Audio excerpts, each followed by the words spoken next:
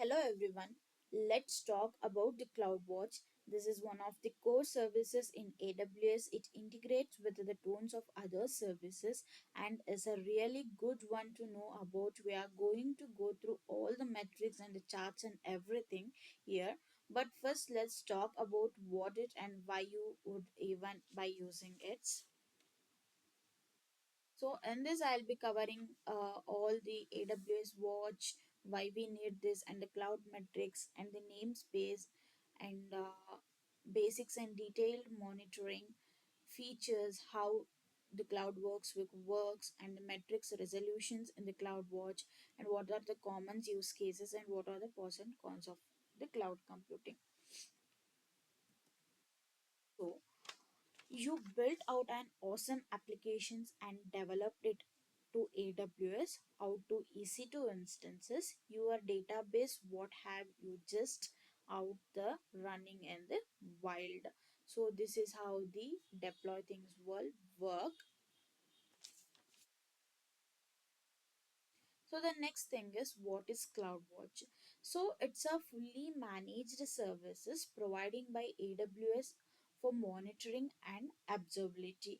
Here in the CloudWatch, we can see our EC2 instance monitoring and other services resources also. It's allow you to collect, monitor and analyze data from various AWS resources, applications and services as well as the on-premises service.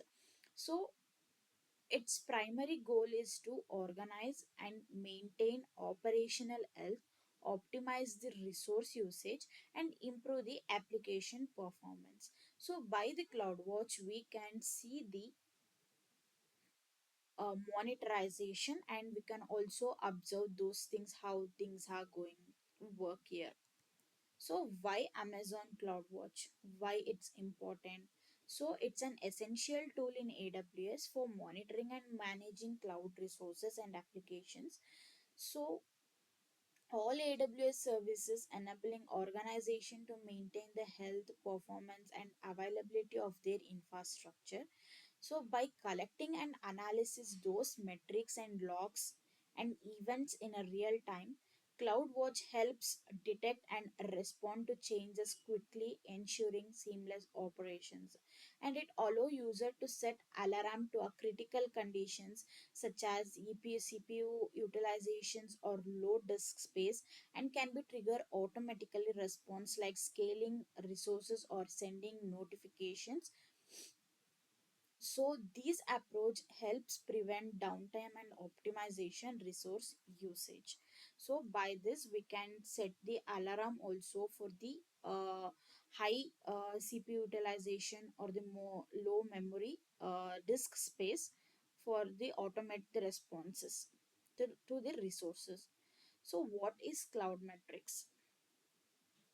So, when comes to cloud metrics, it's a quantitative measurement. It's provide insights into the performance, health, and usage of the cloud resources or applications. So, in in the context of the Amazon CloudWatch metrics, it represents the data points and it collected over the time for various AWS resources such as EC2 instance, RDS database, and S3 buckets. Each metrics is set a data points which attributes like timestamp value and the unit of measurements. This helps user monitor and analyze the behavior of their resources and set alarm for the threshold and automates the actions. For example, you can take CPU utilization. It measures the percentage of CPU usage for an EC2 instance, and disk read ops tracks the number of operations performed on a disk network. It's monitor the volume of incoming network traffic. So all the metrics are collected at regular interval and stored in the CloudWatch for analysis. User can view these metrics in dashboards, query them for insights, or use to trigger alarms and actions. So the next thing we have here is namespace in CloudWatch. So what is namespace? So it is a container for or a logical group for related metrics. It will store here. It acts as a high level identifier that organizes metrics, ensuring there are no conflicts between metrics from different services or custom metrics defined by users. So every AWS services that generate metrics as its own predefined namespace, and user can create custom namespace for own metrics.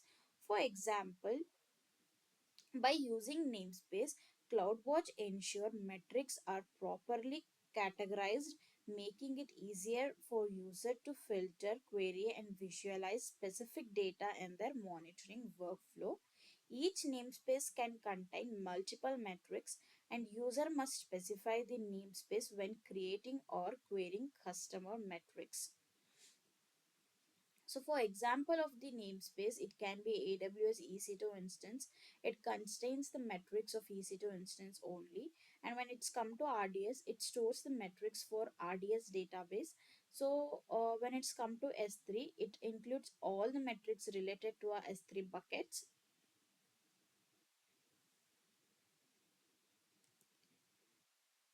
So the next thing we have is a basic or detailed monitoring. So when it's come to a basic monitoring, so it's supported by most services and enabled automatically. It's supported for every services, and it's a free of charge, and metrics published at 5 interval of time. So the 5 minutes interval means that the data for a specific metric such as CPU utilization, memory usage, or a network traffic is aggregated and published every 5 minutes. So these the aggregation includes, it can be a average, minimum, maximum, sum, sample count. These 5 minutes granularity is default publishing frequently for standard resolution metrics in the CloudWatch. So the next we have is detailed monitoring. So it's supported by some services, and it is manually activated, but in compared to the basic monitoring, it support most services and it's enabled automatically, and it's encourages additional charges, and the metrics published at 1 minutes interval. So the next thing we have is features of CloudWatch. So the first thing is metrics monitoring.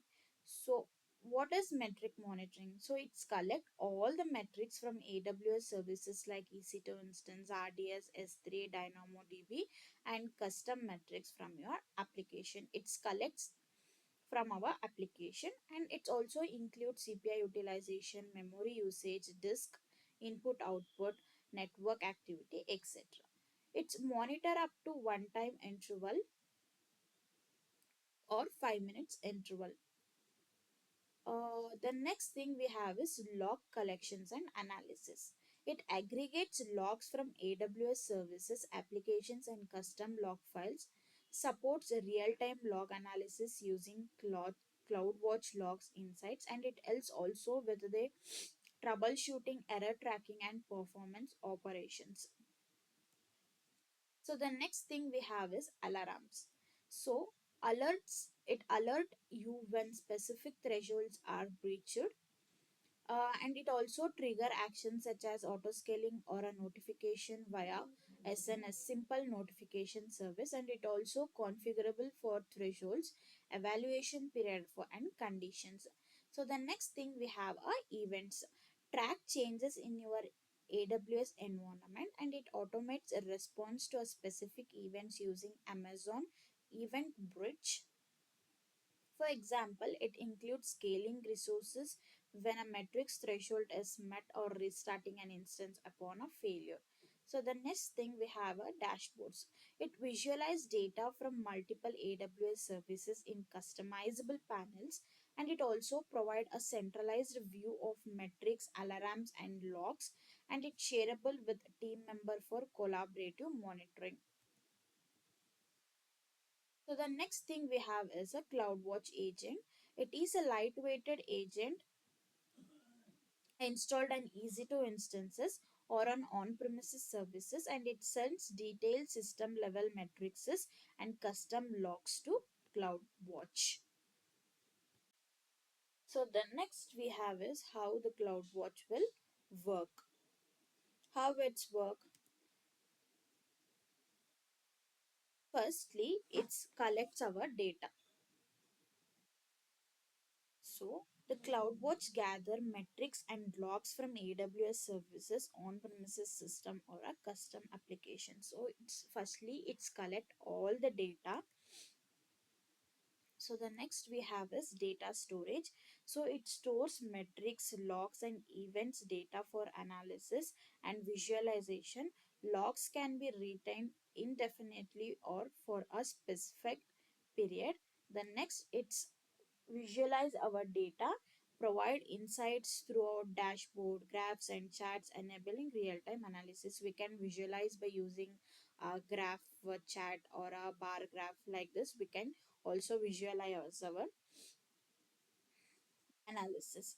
The next thing we have is automated action. Based on the predefined rules or alarms, CloudWatch can trigger actions like sending notification via SNS, scaling EC2 instances, executing AWS Lambda functions.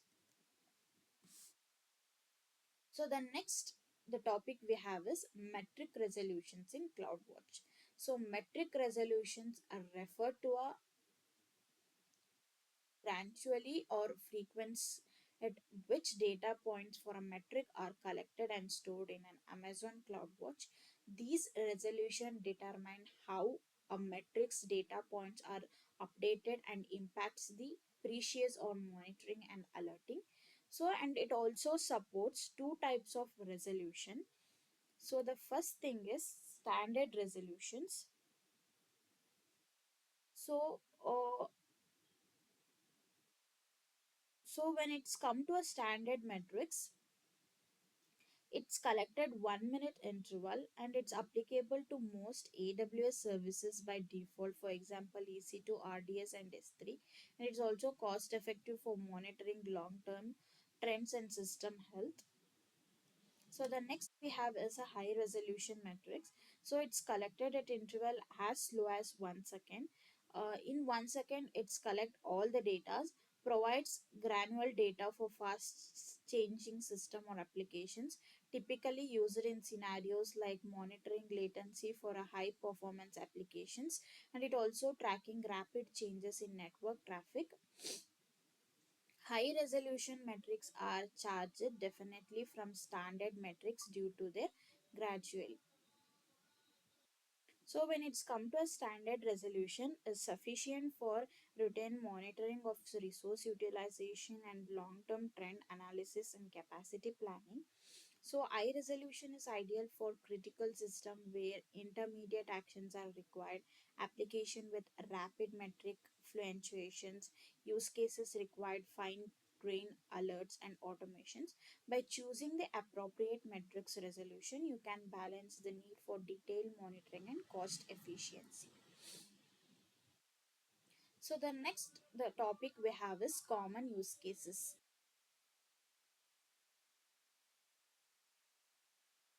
In this, the first we have is application monitoring. It ensures high availability and performance.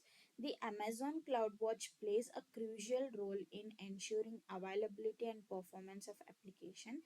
It tracks key metrics like API latencies, error rates, and throughput, helping developers identify and resolve performance by analyzing logs. Its function facilitates debugging and improve the user experience by maintaining optimal application performance. So the next we have is infrastructure health checks. So it's track on EC2 instance, RDS, Lambda, etc. So it's monitor the health and performance of AWS resources such as EC2 instance, RDS database, and the Lambda functions, and more. Metrics like CPU utilization, disk input output, and network traffic help maintain system reliability and detect potential failures. Health check ensure resource operates within desired parameters, avoiding disruptions. So the next thing is cost management. So it's analyze billing and usage patterns. So it's CloudWatch is managing costs by analyze billing data and usage pattern. So it track metrics related to resource consumption, helping business identify underutilized or over provisioned resources. These enable optimization of AWS spending and prevent unnecessary expenses. The next is operational automations. Through integration with AWS services like EventBridge and Lambda, CloudWatch enable automated response to operation events.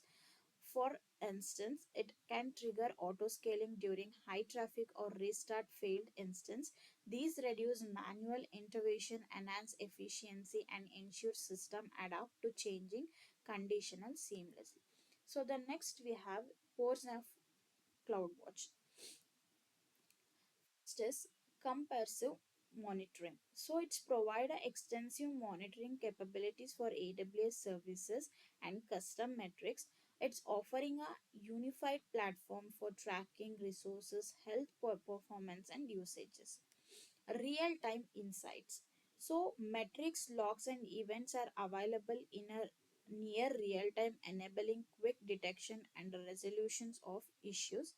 Custom metrics and logs. Its addition to the default AWS metrics, user can define custom metrics and send application logs for a more tailored monitoring experience. Automation capabilities. It integrate with AWS services like autoscaling and Lambda, allow user to automate a response to alarms such as scaling instances or restarting services. So the next we have is customizable dashboard. So it visualize data in a dynamic dashboard that can be shared and tailored for different teams or use cases. Seamless AW. The next thing is we have a seamless AWS integration. So it's works seamlessly with AWS services like EC2, RDS, S3 and more, eliminating the need for third-party tools for basic monitoring. So this next concept is cons of CloudWatch. In this, the first disadvantages is cost. While CloudWatch basic monitoring is free for some services cost and escalates quickly for detailed monitoring, if we want to see for particular resources, we want to see a detailed monitoring, it's cost a additional charge. And custom metrics and high resolutions of data point. Complex pricing structure. The pricing model based on the metrics, logs, alarm events can be difficult to estimate, leading to unexpected expenses. Log management limitations. It's managing and querying logs at scale can become especially in complex environment. Additional tools like AWS CloudWatch logs insights are required for advanced analysis. Learning curve. Understand and effectively using all features such as creating alarm, visual dashboards, and automatic actions can take time for new users. Retention period.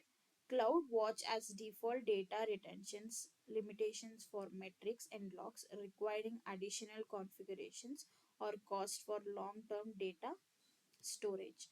Customized constraints. So while dashboards and metrics are customizable, some users find the interface limited compared to the third-party monitoring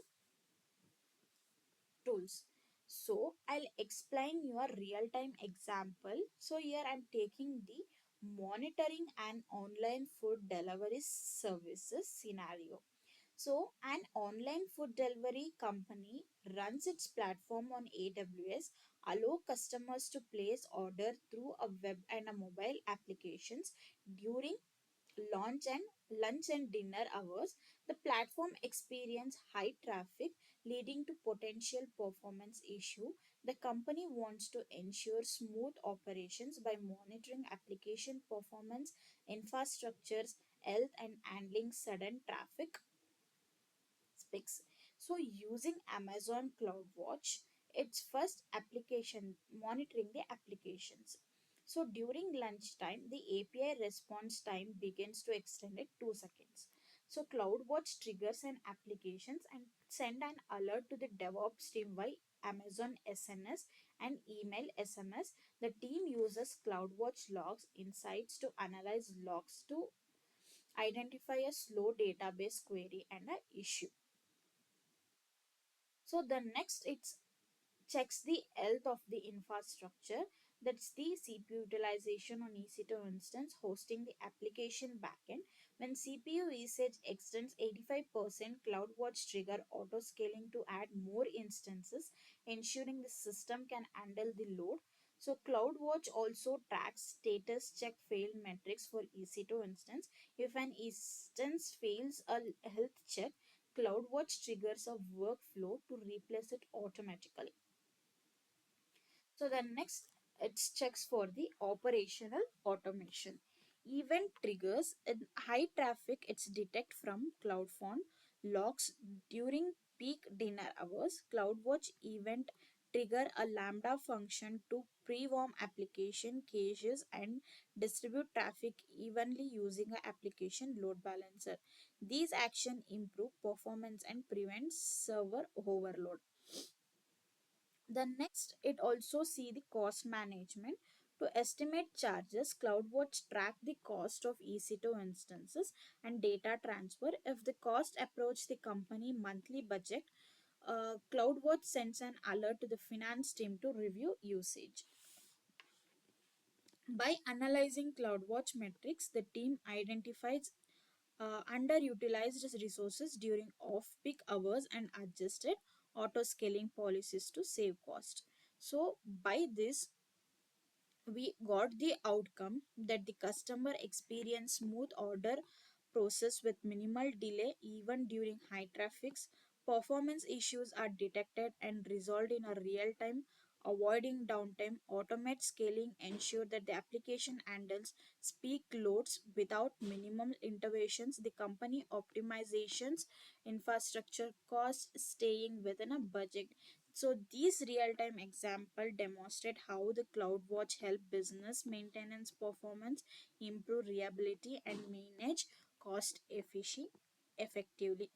So let's go to the AWS. I'll show how the CloudWatch will work. Get to the CloudWatch.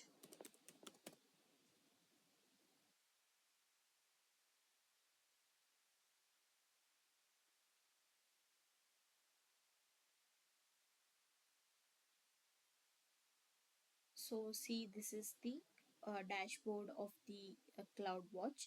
So in the left hand side you can see alarms, and if you go scroll down you can see all the matrices. In the Stockholm region have these types of metrics. These resources are there: events, EC2 instances, elastic block storage, applications load balancer, and logs usages. All these are there. So when you click on a particular here view for this one, so see, so this will show you the graph. So how much CPU utilization I have used and disk ready bit averages. So all those network out packets, all those things are shown in the CloudWatch. So and you can also you can also see if you have created your resources 1 hour back or 3 hours back, 12 hours back, or before 1 day or 3 days or 1 week. Or you can also customize your those things. I'll choose a 6 months. So when I click, so here I'm clicking by scaling. So when I click on particular EC2 instance, so it will show a graph like this, how CPU utilization I have used it. So here you can see also charts, you can see in the data tables also, or else you can see it in a number, or you can see in a bar Python code also you can choose.